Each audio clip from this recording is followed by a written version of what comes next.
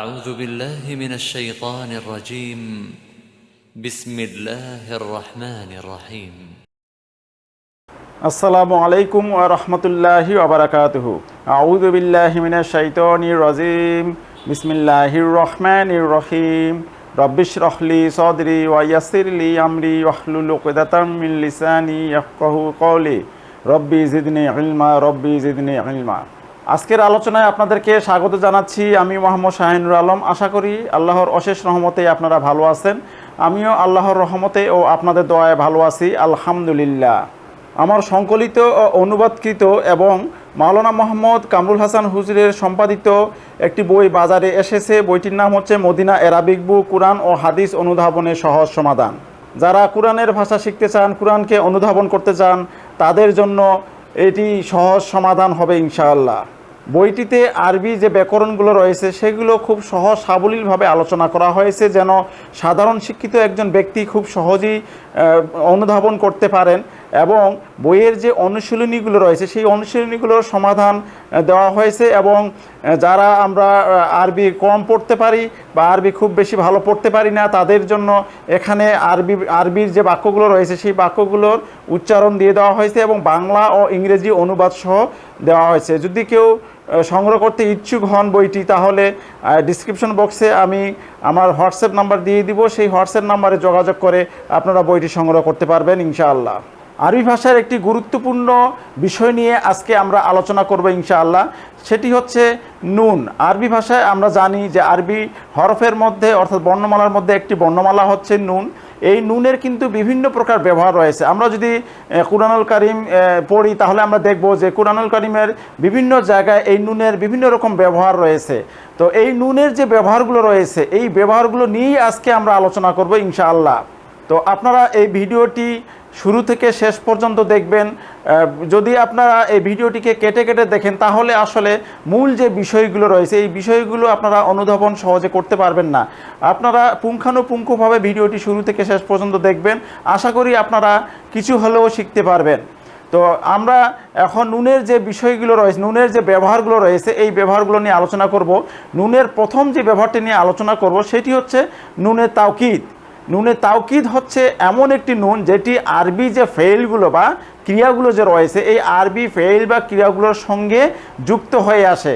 নুনে তাওকিদ হচ্ছে এমন নুন যেই নুনটি আরবি ফেইল বা যে ক্রিয়াগুলো রয়েছে এর সঙ্গে যুক্ত হয়ে আসে, সেই আরবি ফেইল বা ক্রিয়াকে জোর তাকিদ প্রদান করে। এর উদ্দেশ্য হলো কোনো কাজকে অবশ্যই হওয়া বোঝাবে, অর্থাৎ এর অর্থকে জোর তাকিদ বা শক্তিশালী, অর্থাৎ এর অর্থকে জোর তাকিদ প্রদান করবে, অর্থাৎ শক্তিশালী অর্থ প্রদান করবে।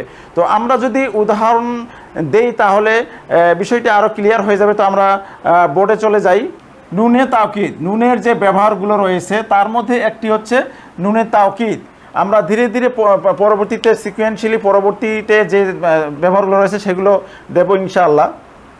তো প্রথম যে ব্যবহারটি সেটি হচ্ছে নুনে তাওকিদ। আমরা কিছুক্ষণ আগে বললাম কি যে নুনে তাওকিদ হচ্ছে এমন একটি জোর প্রদানকারী নুন। এটি হচ্ছে জোর প্রদানকারী নুন, সেটি আরবি ফেইল বা ক্রিয়াগুলোর সঙ্গে যুক্ত হয়ে আসে এবং সেই কাজকে অবশ্যই হওয়া বোঝাবে, অর্থাৎ অর্থটিকে শক্তিশালী করে। তো এই নুনে তাওকিদ আবার দুই প্রকার। একটি হচ্ছে নুনে তাওকিদি সাকিলা, অর্থাৎ নুনে সাকিলা, নুনে আমরা যেটা স্বাভাবিকভাবে বলি নুনে সাকিলা। আরেকটি হচ্ছে নুনে খফিফা। তো আমরা প্রথমে নুনে সাকিলা কি জিনিস সেটি দেখি। নুনে সাকিলা কিভাবে ব্যবহার হয়, এটি ব্যবহার করলে এর অর্থটি কি আসবে, এর ব্যবহার পদ্ধতিটি বা কী। তো এই যে বিষয়গুলো রয়েছে এগুলো আমরা এখন আলোচনা করব। তো নুনে তাওকিদ হচ্ছে কি? নুনে তাওকিদ হচ্ছে একটি তাসদিদযুক্ত নুন। নুনে তাওকিদ হচ্ছে একটি তাসদিদযুক্ত নুন যেটি আরবি ফেইল বা ক্রিয়ার শেষে যুক্ত হয়। এটি 14টি সিগায় আসে। আমরা যে ফেইলগুলো জানি যে আরবি ফেইলগুলোর 14টি সিগা রয়েছে, অর্থাৎ ফেইলুল মাদি অর্থাৎ অতীতকালে 14টি ক্রিয়া রয়েছে, 14টি সিগা রয়েছে। ফেইলুল মুদারি অর্থাৎ বর্তমানকালে 14টি সিগা রয়েছে। ফেইলুল আমর অর্থাৎ আদেশবাচক ক্রিয়ার 14টি সিগা রয়েছে। 14টি সিগা মানে হচ্ছে আরবি যে ক্রিয়াগুলো রয়েছে ক্রিয়াগুলো 14টি রূপ রয়েছে। তো আমরা যদি একটু উদাহরণ দিই, যে এখানে আমি একটু উদাহরণ দিয়েছি, লা ইয়াকতুবান্না, লা ইয়াকতুবান্না। এই যে এখানে শেষে তাসদিদযুক্ত নুন ব্যবহৃত হয়েছে, এটি হচ্ছে নুনে সাকিলা। এর অর্থ হচ্ছে কি সে অবশ্যই লিখবে, সে অবশ্যই লিখবে। তো এখানে আমরা দেখতেছি যে ভার্বটি কী ছিল, প্রথমে আমরা দেখি যে ক্রিয়াটি কী ছিল। ক্রিয়াটি ছিল মূলত ইয়াকতুবু, ক্রিয়াটি ছিল ইয়াকতুবু, অর্থাৎ সে লিখে বা সে লিখবে, সে লিখে বা লিখবে। আমরা জানি যে আরবি ভাষার যে ফেইলুল মুদারির যে গঠনটি রয়েছে এটি দ্বারা কিন্তু বর্তমানকালের ক্রিয়ারও অর্থ দেয়, আবার ভবিষ্যৎকালের ক্রিয়ারও অর্থ দেয়। তাহলে এখানে ইয়াকতুবু অর্থ হচ্ছে সে লিখে বা লিখবে। তো এর সঙ্গে যখন নুনে সাকিলা যুক্ত হয়, অর্থাৎ জ্বর প্রদানকারী নুন যুক্ত হয়, তাহলে এখানে আমরা দিয়ে দিব হচ্ছে তাসদিদ যুক্ত নুন, এবং এখানে ফাতা যুক্ত হবে। তবে কিছু কিছু ক্ষেত্রে কাসরা হয়, সেটি আমরা দেখতেছি। তো এখানে আমরা দেখতেছি যে নুনে তাসদিদ, নুনে সাকিলা এর পূর্বে উপরে ফাতা হয়েছে। তো এটা তাহলে দাঁড়ালো কি ইয়াকতুবুন্না, তাহলে হলো ইয়াকতুবুন্না। তো নুনে সাকিলা যুক্ত যখন হয় তখন সেই ক্রিয়ার পূর্বে আবার একটি লামে তাকিদ যুক্ত হয়। এই যে লামে তাকিদ যুক্ত হয় এটিও কিন্তু জ্বর প্রদানকারী লাম, এই লামকে বলা হয় হচ্ছে জ্বর প্রদানকারী লাম, লামে তাকিদ বলে। তো এই লামে তাকিদ যখন যুক্ত হবে তখন এই যে এখানে পেশ ছিল, বু ছিল, এটি বা হয়ে যাবে, অর্থাৎ জবরযুক্ত হয়ে যাবে। এটি আমরা মনে রাখবো। যখনই আসলে মূল যে আরবি মূল যে ক্রিয়াটি ছিল সেটি ছিল ইয়াকতুবু, কিন্তু যখন পূর্বে লামে তাকিদ অর্থাৎ জ্বর প্রদানকারী লাম আসবে তখন কিন্তু ফাতহা হয়ে যাবে এটি। তো এই হয়ে গেল লা ইয়াকতুবান্না, অর্থাৎ সে অবশ্যই লিখবে। এরপরে আরও একটি সিগা আমি নিয়েছি। এই সিগাটি হচ্ছে মূল যে ক্রিয়াটি সেটি ছিল হচ্ছে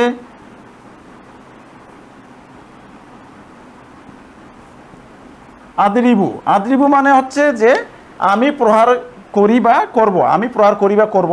এর সঙ্গে যখন নুনে সাকিলা যুক্ত হলো তখন এটি হয়ে গেল আদরিবুন্না, তখন এটি হয়ে গেল আদরিবুন্না। তো আমরা জানি নুনে সাকিলা যখন যুক্ত হবে, অর্থাৎ নুনে তাকিদ যখন যুক্ত হবে তার পূর্বে কিন্তু একটি লামে তাকিদও যুক্ত হয়। তাহলে এখানে আমরা লামে তাকিদ যুক্ত করে দেই।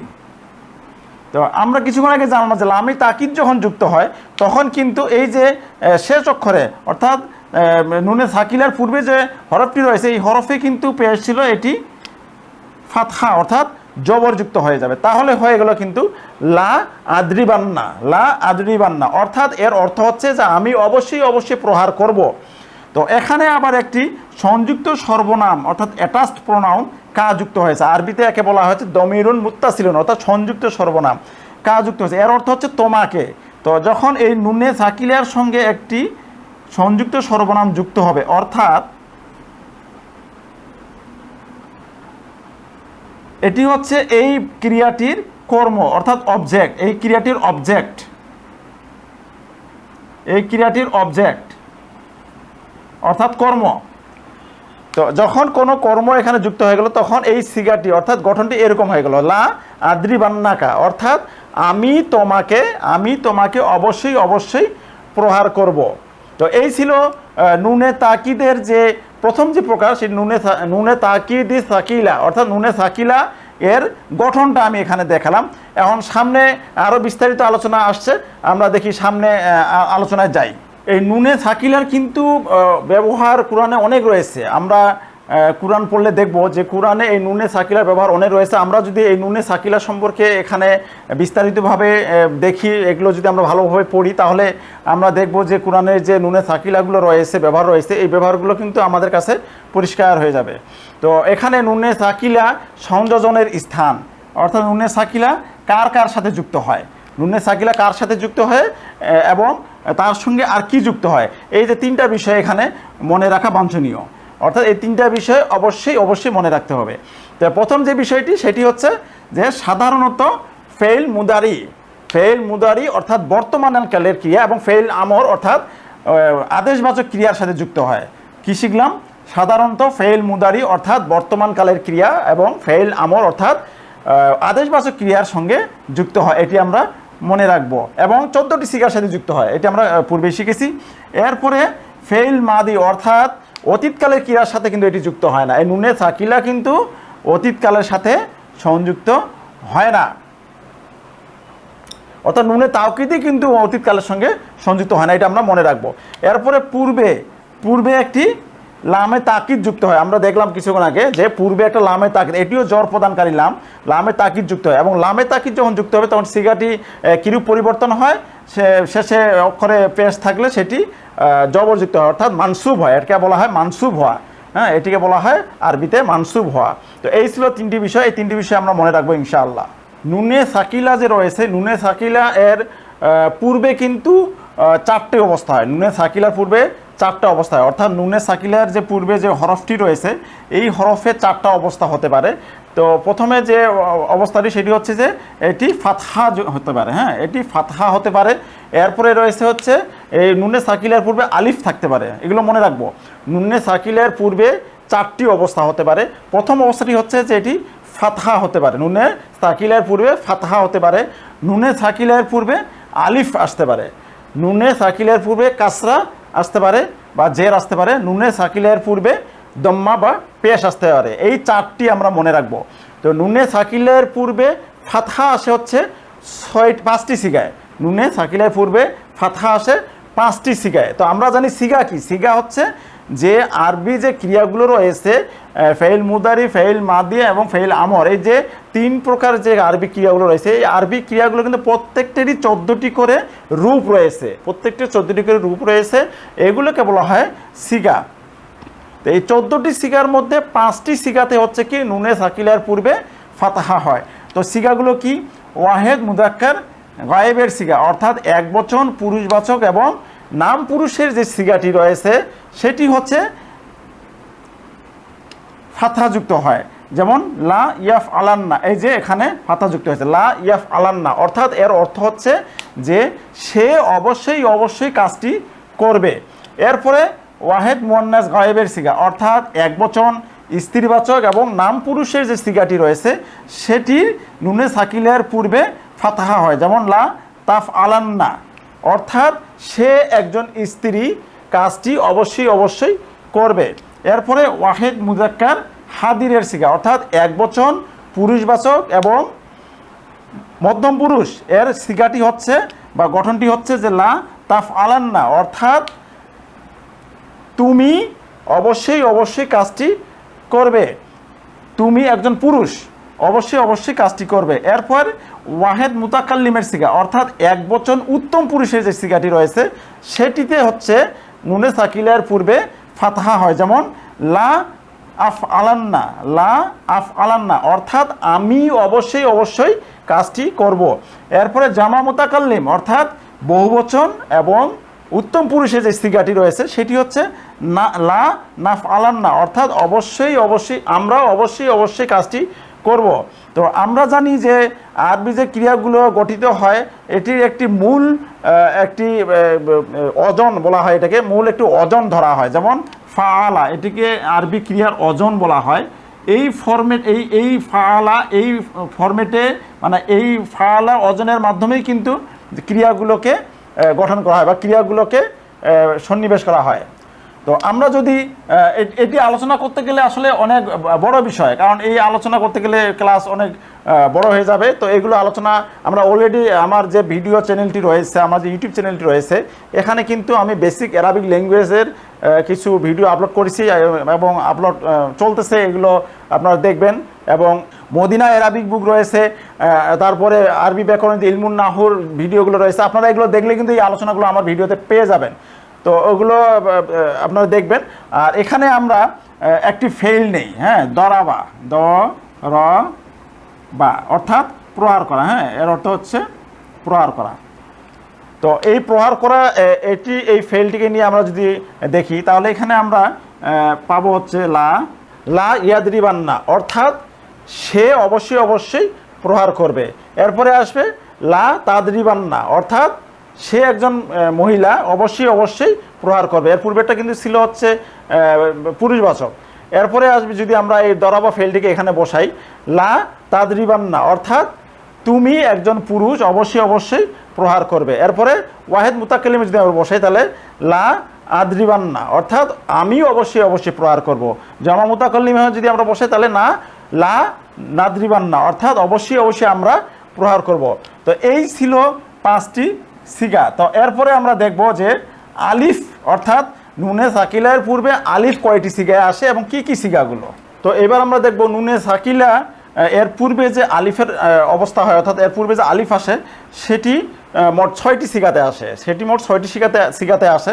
তবে আমরা একটি জিনিস মনে রাখবো যে এই 6টি সিগাতে কিন্তু নুনে সাকিলা কিন্তু কাসরা বিশিষ্ট হয়। এই যে কাসরা, এর আগে আমরা দেখেছিলাম যে ফাতহা হয়েছিল, কিন্তু এই 6টি সিগাতে কিন্তু নুনে সাকিলা কাসরা বিশিষ্ট হয়, অর্থাৎ জের বিশিষ্ট হয়। এটি আমরা মনে রাখবো, এই 6টি সিগাতে কিন্তু কাসরা বিশিষ্ট হয়। তো সিগাগুলো কি? সিগাগুলো হচ্ছে তাসনিয়া মুজাক্কার গায়েব, অর্থাৎ দ্বিবচন পুরুষবাচক নাম পুরুষে যে সিগাটি রয়েছে সেটি, যেমন লা ইয়াফ আলান্নি, এটি হচ্ছে তাসনিয়া মুজাক্কার গায়েব, অর্থাৎ দ্বিবচন পুরুষবাচক নাম পুরুষের যে সিগাটি সেটি হচ্ছে এটি। অর্থাৎ এর অর্থ দাঁড়ালো যে তারা দুইজন পুরুষ অবশ্যই কাজটি করবে, তারা দুইজন পুরুষ অবশ্যই কাজটি করবে। এরপরে তাসনিয়া মুয়ান্নাস গায়েবের সিগা, অর্থাৎ দ্বিবচন স্ত্রীবাচক এবং নাম পুরুষে যে সিগাটি রয়েছে সেটি হচ্ছে লা তাফআলান্নি, অর্থাৎ সে একজন স্ত্রী, তারা দুইজন স্ত্রী অবশ্যই কাজটি করবে। এরপরে তাসনিয়া মুজাক্কার হাদিরের সিগা, অর্থাৎ দ্বিবচন পুরুষবাচক মধ্যম পুরুষে যে সিগাটি রয়েছে সেটি, যেমন লা তাফআলান্নি, অর্থাৎ তারা দুইজন পুরুষ, তোমরা দুইজন পুরুষ অবশ্যই কাজটি করবে। এরপর তাসনিয়া মুয়ান্নাস হাদিরের সিগা, অর্থাৎ দ্বিবচন স্ত্রীবাচক এবং মধ্যম পুরুষের যে সিগাটি রয়েছে সেটি হচ্ছে লা তাফআলান্নি, অর্থাৎ এর অর্থ হচ্ছে যে তোমরা দুইজন স্ত্রী অবশ্যই কাজটি করবে। এরপরে জামা মুয়ান্নাস গায়েব, অর্থাৎ বহুবচন স্ত্রীবাচক এবং নাম পুরুষের যে সিগাটি রয়েছে সেটি হচ্ছে লা ইয়াফআলনানি, অর্থাৎ তারা অনেক স্ত্রী অবশ্যই কাজটি করবে। এরপরে জামা মুয়ান্নাস হাদিরের সিগা, অর্থাৎ বহুবচন স্ত্রীবাচক এবং মধ্যম পুরুষের সিগা হচ্ছে লা তাফআলনানি, অর্থাৎ এর অর্থ হচ্ছে যে তোমরা অনেক স্ত্রী অবশ্যই কাজটি করবে। তো এই ছিল নুনে সাকিলা এর পূর্বে যে আলিফ আসে 6টি সিগা, সেই 6টি সিগা হচ্ছে এগুলো। এরপর আমরা দেখি যে কাসরা এবং দম্মা হয় কয়টি সিগায়। নুনে সাকিলা এর পূর্বে দম্মা অর্থাৎ পেশ হয় 2টি সিগায়, হ্যাঁ 2টি সিগায় পেশ হয়। একটি হচ্ছে জামা মুজাক্কার গায়েবের সিগা, অর্থাৎ বহুবচন, জামা মানে হচ্ছে বহুবচন পুরুষবাচক এবং নাম পুরুষের যে সিগাটি রয়েছে, বহুবচন পুরুষবাচক নাম পুরুষের যে সিগাটি রয়েছে সেটিতে, যেমন লা ইয়াফআলুন্না, অর্থাৎ এর অর্থ হচ্ছে যে তারা অনেকজন পুরুষ অবশ্যই কাজটি করবে। এরপরে জামা মুজাক্কার হাদিরের সিগা, অর্থাৎ বহুবচন পুরুষবাচক মধ্যম পুরুষের যে সিগাটি রয়েছে সেটি, যেমন লা তাফআলুন্না, অর্থাৎ এর অর্থ হচ্ছে যে তোমরা অনেকজন পুরুষ অবশ্যই কাজটি করবে। এই হলো নুনে সাকিলা এর পূর্বে দম্মা হয় 2টি সিগায়। এরপর হচ্ছে নুনে সাকিলা এর পূর্বে কাসরা হয় 1টি সিগায়, সেটি হচ্ছে ওয়াহিদ মুয়ান্নাস হাদির, অর্থাৎ একবচন স্ত্রীবাচক এবং মধ্যম পুরুষের যে সিগাটি রয়েছে সেটি, যেমন লা তাফআলিন্না, অর্থাৎ এর অর্থ হচ্ছে যে তুমি একজন স্ত্রী অবশ্যই কাজটি করবে।